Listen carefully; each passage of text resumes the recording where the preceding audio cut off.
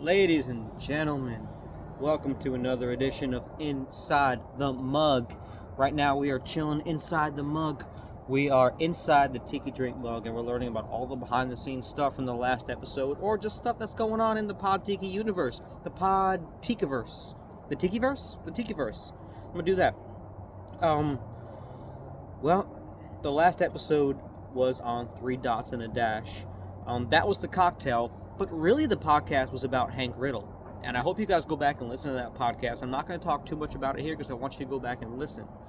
But, man, what an interesting, inspiring story. What a great history behind that era of Don the Beachcomber. And we got so many more. You know, somebody recommended to me a long time ago about doing podcasts on certain tiki bars, tiki temples. I've only done the Margaritaville thing so far. I do plan on going into tiki bars and tiki temples. It actually might be a little bit easier for me to go into modern ones because I can actually interview the people that are doing it now. The history behind the old ones can sometimes whatever can be found out is probably already found out. There are still people alive and with us and active that remember those places. So maybe some more time should go by, or we should leave that to them. Like, we still have Martin Kate and Beach Bum Berry. Hell, we still got bartenders that were alive. You know, we still have classic tiki bartenders with us. So maybe it's not time. And you look at places like the Mai Kai in Fort Lauderdale, they're about to reopen. So it's maybe we'll get to talk to them about the past and the present someday. And I mean, all my family's down there, so I'm sure I'll be taking a trip there when they reopen. We're doing another porch cast, Inside the Mug, episode, what is it? Is this 10? Is 9 or 10 or something like that? The cool thing, I'm doing something very rare tonight. I'm actually recording Inside the Mug as soon as I got done recording the video for the how to make. So I'm drinking the cocktail that I made in the how to make the 3 dots and a dash. And you're saying, well, where's the garnish? Well, I ate that shit because it's fucking good. It's cherries and pineapple. Come on.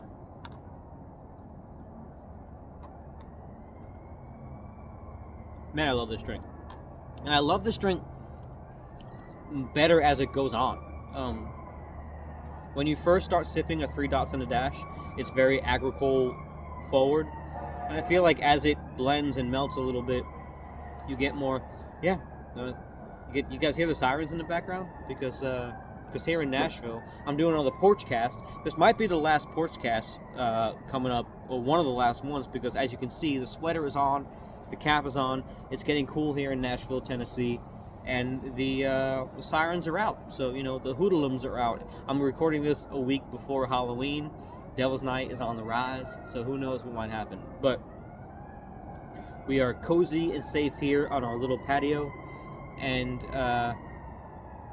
you know, the sirens are going to keep on going. As soon as I didn't hear any sirens all night until I came out here to record, and then all of a sudden, like, sirens come on. But I digress. Last episode, so the 3 dots and a dash episode came about because a lot of different reasons. I didn't even, like, usually some of the recipes come about because I have I find them and I like them and I want to try them, or I have a recipe that wants to. Oh, Stella wants to say hi, but Tiki Dog says hi. But she or sometimes I have a drink that has to, you know, incorporate some ingredients, some weird ingredient that I already have. This just came about naturally. Just because, you know, I have a couple of friends from Chicago. My good friend Kyle, who if you guys read the podcast or listen to the podcast or read the blog, you hear the story about, he was pretty much the guy that was my impetus to finding my way to Tiki, that my inspiration to kind of veering out of the depression I was in to kind of finding something new to get into. All that story's in the blogs. And then our friends Frida and Russell, and shout out that she is a Tiki nerd like me, and she is from, or has been to that area, and we always talk about tiki bars we want to go to and stuff like that. And I just came across this cocktail, and I knew I had some ties to those area through them. I've never been there. It's one I've always wanted to go to the bar, the Three Dots and a Dash in Chicago. I have not been yet, but it's just one of those. The drink hit me, and I was like, yeah, let me get this shot. I mean, I looked at the ingredient list, and I love these ingredients. In fact, when you look at the ingredient list, it looks a lot like an Island of Martinique cocktail. The falernum, honey syrup, agricole, they go great together. And then in this one, Don elongates it and makes it into a long drink. And you like, well, which one came first? Did he take this drink and perfect it? I think the Martinique cocktail is a little bit better. So did he take the Three Dots and a Dash and make it into the cocktail, or did he take the cocktail and make it into a punch like Three Dots and a Dash? Well, therein lies the controversy that I wanted to talk about on this episode. Because in the episode, I talked about when these drinks appeared, when they were invented. We don't really, and I say we don't really know when Three Dots and a Dash was invented. But the history of Three Dots and a Dash says that it is Three Dots and a Dash. We know that it is the Morse code for V, the letter V, which stood for victory in World War II, that Winston Churchill used when he got that famous telegram that said VE for victory in Europe. But this drink was on a menu before V-Day. Also, we know that Don Beach served in the military in World War II in the Air Force from 1942 to 1945. This drink was on a menu that Jeff Beach Bomberry claims is from 1941. Now, I trust Beach Bomberry with my cocktailian life. But unless he got it wrong, this drink was actually invented before he went to World War II. So, to name a drink Three Dots and a Dash after V for victory before VE Day happened makes me think, well, was that a common term for V for victory before that day? So that was like a commonly known thing. I was not alive in the 30s. I don't know that.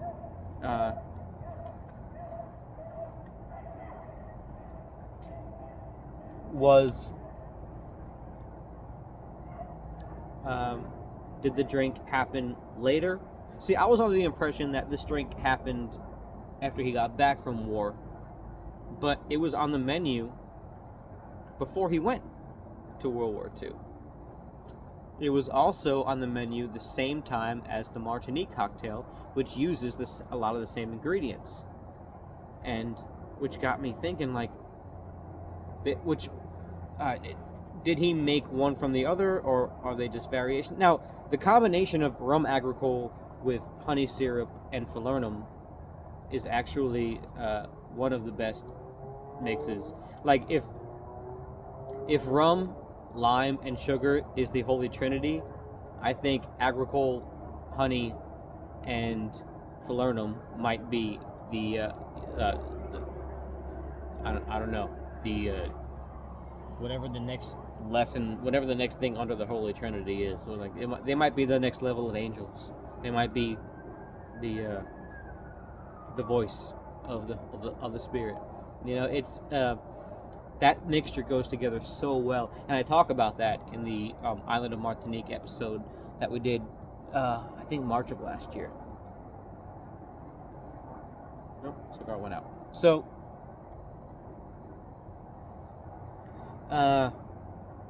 so that's pretty much what I had about the Three Dots and a Dash. I cannot wait to go visit the actual bar, but the cocktail, wow. I mean, I say it in the podcast, I say it on the how-to video, and I'm saying it here again on Inside the Mug, but it is a classic tiki cocktail. Now, is it similar to some other ones? The Island of Martinique, all that, yeah, but the way we talk about this in the podcast about some different rums that we don't have now that he might have used back then that may have made it different. Because I don't think Don Beach would put two similar drinks in a cocktail. I don't think he would do that. He had too much pride in his rumgenuity, in his rum rhapsodies. He wouldn't put two drinks out that were too similar. I don't think he would do that. But I talk about how I worked through the classic recipe and got to where I think was closer to what he might have used back then. I talk about that in the episode. And I am not a cocktail historian. I am just a flavor person. And I am a basic Occam's razor, right? The easiest way to the answer is probably the answer. So if he made a cocktail and one way and then made another cocktail another way, and the ingredient lists were the same and they kind of tasted the same, it kind of makes you think, why would they be on the menu at the same time? There must be an ingredient wrong. He wouldn't do that. That's too cliche. That's the thing that we make fun of nowadays in Tiki. They all sound the same. They all taste the same. But that was a thing that we make fun of now, right? So he wouldn't do that. So I feel like he must have had things that maybe little tweaks that we were never going to know about, and that makes this super exciting, because that means that we get to tweak with things like this and find out about it. Now, I don't like tweaking too much. I like original recipes, but I feel like in this cocktail some tweaking is necessary because it only calls for an aged Demerara rum, so that could have been lots of things. And beachcomber recipes, we know from Barry's research through Hank Riddle, Dick Santiago, Ray Boone, we know those guys, they had recipes, and then throughout their various notes, the recipes kind of changed. So the drinks kind of changed. So saying one thing is this way and one thing is this way, it's almost moot, because we're never going to be able to make the drinks with the rums they had back then that are extinct. So that kind of sucks. The last thing I wanted to touch on was the amount of blending a tiki drink and even a daiquiri or any other kind of drink. The amount of ice has to be a lot more precise than you think it needs to be. So when they say blend 6 ounces of ice, and I love this because I love precision. I love knowing the size of the glass to use, the size of the amount of this, the amount of that. I want to know exactly how they make it in the bar. So, and a lot of bars use specialty glasses to fit certain drinks, so that if you make it at home, you might not be able to get that specialty glass. But in this particular cocktail, 6 ounces of crushed ice. And if your crushed ice is a little bit chunkier, a little bit less. You want less ice than what they call for. You can always add more, right? Especially if you're making a Floridita daiquiri. A Cuban daiquiri is not a frozen daiquiri, even though it uses ice. It's a frapped daiquiri. You want to frappe your ice. You want to make that so thin and that it's almost you want to use a snow ice, and you want to make it. I still haven't perfected it, but when it comes to the cocktailing drinks, I've realized in tiki drinks, you want that little bit of ice float and bubbles up top, but to be low on the bottom. Otherwise, you get all the ice sucking up through your straw, and it's not very good, and it dilutes way too quick. Even a Mai Tai, which is traditionally served on crushed ice, I feel put a little bit less ice in there, and you'll get a better experience drinking the drink as it transforms as the ice melts. It's like taking a glass of whiskey. You take a glass of bourbon or a glass of rum. I just got a new bottle of Privateer, and if I take that and I put it neat, and then over one ice cube, and then on the rocks, all 3 pours are going to taste way different. My preferable one is the ice cube in the middle. I don't like on the rocks. I don't like neat. I like one little ice cube in the middle to kind of dilute slowly. And it's all preference, but a tiki drink is going to do the same thing. You put too much ice in there, a lot of people think you got to fill it up with ice to fill it up. A lot of bars do that.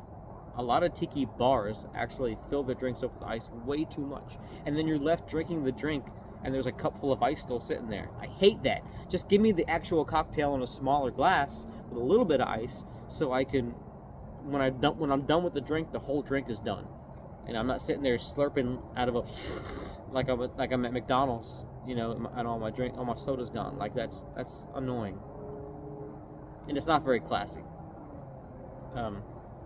But I digress. That's my little soapbox for the night. This has been Inside the Mug. I'll see you guys next time. We might be inside next time because it's getting a little chilly out here.